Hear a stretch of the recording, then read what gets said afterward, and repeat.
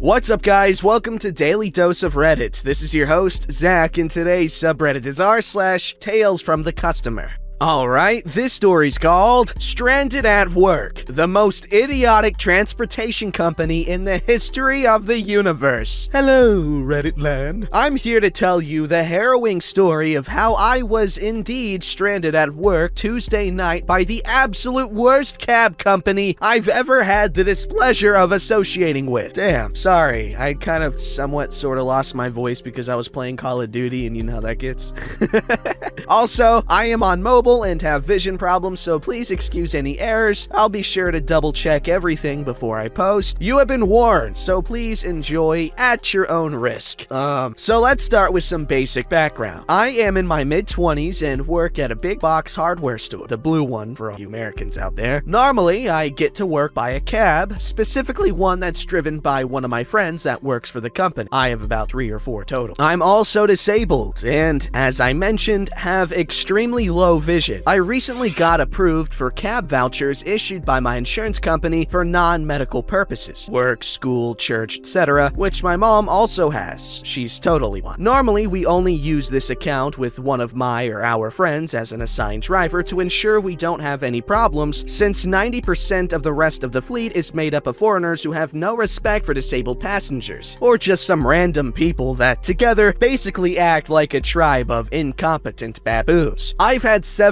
issues using my transit discount card to get cheap cabs for short distances before, so I'm glad I have the new account now since I can't actually assign anybody to the other trips. So with that in mind, on to the story from hell. It was a deep and stormy night. A normal workday for me, 10 a.m. to 6 p.m., and after how insane it was last week due to the holiday, I wasn't really looking forward to. My first friend, we'll call him Ronald for the story, had gone on vacation the Sunday before Christmas. So I was having my other friend, let's say Daniel, drive me to work last week, and he worked until Christmas Eve and won't be back until next Monday. So now I was left with my third string driver, who will be named Tanya. She apparently doesn't really go on vacation and works almost every day, which was good for me since I needed the help. So now we skip forward to Tuesday. I called the cab company in the morning to ensure she was the driver assigned to my trips until my other friends got back, and had to fix my standing order for a third time since they can never get anything right. Now, it's important to note that these calls used to go to the local office in their dispatchers, but earlier this year, they made the absolute brilliant decision to outsource the call center to the Philippines, and unfortunately, they can't really get their heads out of their asses far enough to do anything right, much less listen to their customers. This is why we're here. So the trips are set up and Tanya takes me to work with no issues. I've already told her I get off at 6, so unless something happened, I expected her to pick me up on time as usual. Around 6, I get a missed call from the cab company, which is usually my signal that the automated system is informing me that my cab has arrived. I wrap up my last few assignments for the day and put my vest in my locker and grab my belongings to take off for the night. Then I clock out and head outside, and nothing? No cab anywhere in sight. She drives a Prius, so it's kinda hard to miss. I go back inside and ask my colleague to come out and check if I was delusional. I wasn't, so I text Tanya and ask her if she had gone home for the night. She says yes, so I think, okay, no problem, I'll just call the company and see if they can send me a driver. I do exactly that, and they explain that since she was already assigned to my trip but was unavailable, they would send it to the first cab available. I tell them that's fine, but that they should call the store since I didn't have my phone on. That was technically a lie, but my phone was about to die on me too, so take that for what it's worth. I tell the assistant manager what's going on and explain that I can keep working until they got here so that I could have something to do, but since I had already clocked out, a brilliant move on my part, he just told me to wait in the break room. I did and waited till about 7 o'clock, then I went back up front to check if anyone anyone heard anything. They, of course, said no, so I went and called again to see what was going on. This time, the company told me a cab had showed up around 6:45, but they had marked me as a no-show. So I told them I talked to another one of my personal drivers, aka Daniel, to see if he could help, since he said that even though he wouldn't be working, he'd still have his van and computer so he could come help me if crap hits the fan. I called him, but he didn't answer, so I texted him instead, and he replied that he had, of course, been drinking. So since I'm a responsible and sensible man, I said, okay, since I didn't want to be liable for anyone drinking and driving, especially while on clock. He says to keep him posted though. I didn't even bother. So I called the company back to get another cab and try again. By this point, it's already 8, 2 hours after I was supposed to leave, and the store closed at 9. So I was really getting annoyed at this point. I speak with dispatch and they told me a driver would be there in 20 minutes or less. I replied by saying, okay, well, if they're not here in 25 minutes, I'll call back, and hung up. So I go back to the break room again and I waited. 8:30 rolls around and still nothing. I confirm again with my team and call yet again. I ask for a supervisor this time, and this is a rough translation of how the conversation went between her and I. Hello, thank you for calling. Redacted. I am the supervisor here. How can I help? Hi, I'm calling because I had a time call scheduled for a 6 p.m. pickup and I'm still waiting. It's now 8:30 and it's been over 2.5 hours already. I was told the first driver marked me as a no-show over an hour ago, and I called again at 8, and the dispatcher said there was a driver 20 minutes away and no one is here. Can you explain to me what is going on? She confirms my details and looks up my trip. Okay, sir, hold on a minute. I will attempt to call the driver. Please. She puts me on hold and comes back a few minutes later. Okay, sir, I spoke with the driver and he told me that he attempted to call the phone number that was provided, but that it was for the store, so he was unable to reach you. Do you have another phone? Trying not to lose my crap. That's completely ridiculous. I told the dispatchers that I don't have my phone with me and that they either need to call the store or go inside to find me. They can just speak with customer service and ask for me because my coworkers are already well aware of what's going on and that I am waiting for a cab to pick me up. If he is refusing to do that, he's just being lazy and not following the instructions I gave you. Are you also aware that I'm blind? Because it should be noted under my account. Yes, sir, I understand, but we have already sent 2 cabs for you at the pickup location and we cannot find you. So there is not a whole lot we can do. Well, you're gonna have to figure something out soon because this store closes in less than half an hour. And if nobody shows up by 9, I'm gonna have to start walking. It seems to me that you don't care about helping your disabled customers and nobody wants to follow instructions. So I guess I'll have to figure this out myself. I hang up and storm out of the office, absolutely enraged by this crappy service. I go to one of my supervisors, Katrina, and explain what's going on. I think I'm going to cry. What did they say?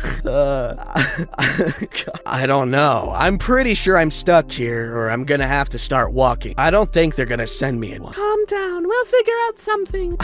I'm sorry, that voice is so stupid. I walk away back to the break room and hold my head in my hands, not knowing what to do. I then call my mother, who by this point knew what was going on, and she said she would try to talk to the company herself. Ha! Good luck, I tell her sarcastically. She calls me back a bit later, and I kid you not, tells me that now they're saying I was already picked up and in a cab. She, of course, denied this and told them I was still waiting. I started thinking, what the absolute flippity-doo-dah do these people not understand? Eventually, it's 9 o'clock, meaning the store is officially closed. I go back out up front, still trying to figure out what the hell I'm going to do. I've been waiting for 3 hours already, and I just want to go home. After the store is empty, Katrina comes up to me and offers to call the company herself. Goes to the store phone at the customer service, and I give her the number. She talks to somebody and explains the situation for the 759,275th time. Then tells me that they're supposedly sending another cab and that she also told them to call the store or come inside, the latter of which was impossible since all the doors were locked. But she told me to stay at the desk and not hesitate to answer if the phone rings and she's not there. I grab a stool and sit down and wait some more. My mom calls me and says, "Cab 17 is in the way to picking you up and will be there shortly." I don't know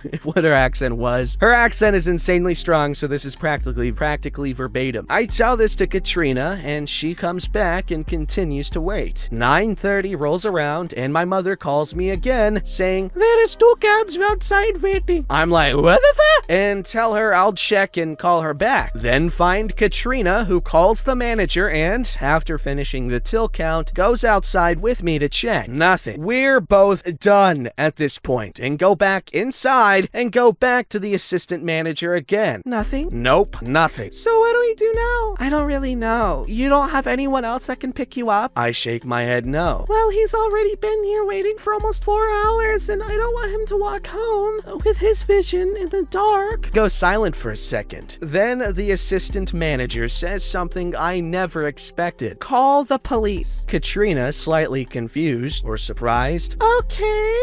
God. We go back to the service desk, and Katrina calls the non-emergency number for the local police. She explains what's going on and then hangs up and then tells me they'll send some officers over as soon as they can. 2 officers get there around 10, and I explain everything to them. "Where do you live?" "Redacted city, 10 miles to the south, at around redacted intersection." They look at each other, dumbfounded, and try to figure out what to do. Long story short, they got approval from dispatch to take me home, even though it was way out of their jurisdiction and far outside of city limits. They mostly did it since I was disabled and had no other means of transportation, and none of my coworkers could take me home either since they still had to finish closing, and I would be there even longer if I waited. In short, I finally got home at around 11 p.m. 5 hours after I got off work, and about 4.5 since I was supposed to be home. My mom was pretty upset, mostly at both the cab company, but a little bit at her husband too, since he didn't want to come pick me up either, despite having 2 cars. Roll my eyes. "Oh, and how long exactly does it take to get from the store to my house?" "In good traffic, 15 minutes, 20 at most." I then ate my very late dinner, then went straight to bed. Called the idiot company again the next day and filed a complaint, though I doubt they'll do anything about it since they haven't really done much of anything in the past since all of their stupid changes started happening. Update! So this happened on Tuesday, and I'm actually posting this on Thursday, and believe it or not, it almost happened again. Yes, I'm serious. Thankfully, it wasn't too bad this time, and I only waited about 1 hour to be picked up, probably because literally everyone was watching for them like hawks since hearing my horror story from the other night, and I kept annoying them on the phone. Oh, and this time, at least I was smart enough to avoid clocking out until they arrived, because I'll be damned if I don't get paid for that crap this time around. However, the idiot driver decided he would try to cheat the system and take the scenic route back to my house using the highway system surrounding the area and going in a giant circle instead of a straight line to get paid an extra $10. Of course, I'm not that stupid and got a receipt, and I'll be reporting that fraud tomorrow so that I don't get in trouble. As they say, I'm blind, but I'm not stupid ass butts. So that ends my tale of woe. This wasn't my first horror story dealing with this stupid company, and I'm sure it won't be the last. Let me know if you want to hear more. For now, I'm going to bed. Happy New Year, everyone, and good riddance, 2020. Oh, they do! RIP inbox. Firstly, I want to thank those of you who have already taken the time to read this post and either upvote or comment or both, and wanted to answer a few of the comments that I did get after waking up this morning. Yes, it's still morning over here, but barely. First and foremost, please remember that one of the biggest problems in this is that I have bad vision, and that this took place after sundown when it was completely dark outside. I cannot see in the dark at all, so as one comment stated, I should have been waiting at the door at 6 p.m. That would have been impossible since 1, I was on the phone with 2 customers at the time doing my job, and 2, they are supposed to call me when they got there. It's literally written in their notes that I am blind and that they must call. And 3, remember, I had a personal driver scheduled to get me at 6, but But since she wasn't available and the trip was assigned to her, that basically meant the trip was in limbo until they reassigned it. I don't think they even realized this until I called the first time 15 minutes later. So for those of you who want to blame me, reread the post and get your facts straight. I did everything I was supposed to. Secondly, I want to thank everyone who sincerely apologized that this had happened. And unfortunately, yes, it is an ongoing issue, but it has never been this bad before. Fed drivers threaten me, scream at me, demand payment for trips that were supposed to be free, etc. This is why I usually try to ride with a friend, since I know they are people who I can trust. Now, when it comes to blaming my coworkers, my store is sadly understaffed, and some of us are seriously overworked. I think that by the time the store was closed, there was probably only 10 people left at most, and all of us live in different areas of town. Some way up north, others way east or west, you get the idea. I was one of them who lived to the south, and I don't know a lot of colleagues who live in my direction, and don't have very many good relationships with a lot of my coworkers either. Most of the ones I am good friends with either had already left or were not working that day. So yes, my hands were pretty much tied. I will be calling the company again today to tell them about my problem from last night. So hopefully I can make them aware of these issues at the same time, but again, I highly doubt anything will come of it, since they just don't give a crap anymore. I'll try to respond to as many comments as I can, but can make no promises. Thanks again for reading. Update 3! Sorry, update 3! Wow, a Reddit award? Okay, I will take it. Thank you, kind stranger. I will show it with pride. Yikes. Okay, that sucks. Okay, I would literally, I don't know how I would handle that situation without freaking out and screaming at people, but you need to find an alternative because that is so not okay. There's one thing a cab company doesn't want to lose, it's a regular customer. So,